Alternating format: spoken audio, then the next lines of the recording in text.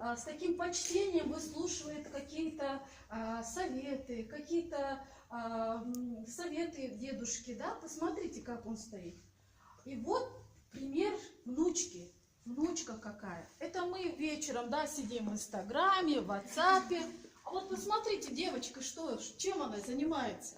Тем временем, как старшие в доме сидят за столом, она тоже ждет своей очереди, чтобы потом поесть, сесть за этот стол. Она занимается домашней работой. А какая домашняя работа? Какую работу вы видите? Нет, она еще не придет. Она сначала расчесывает шерсть. Шерсть зачем ей нужна? Нет, одежду. Одежду. А почему дома делалась одежда? Из какой ткани?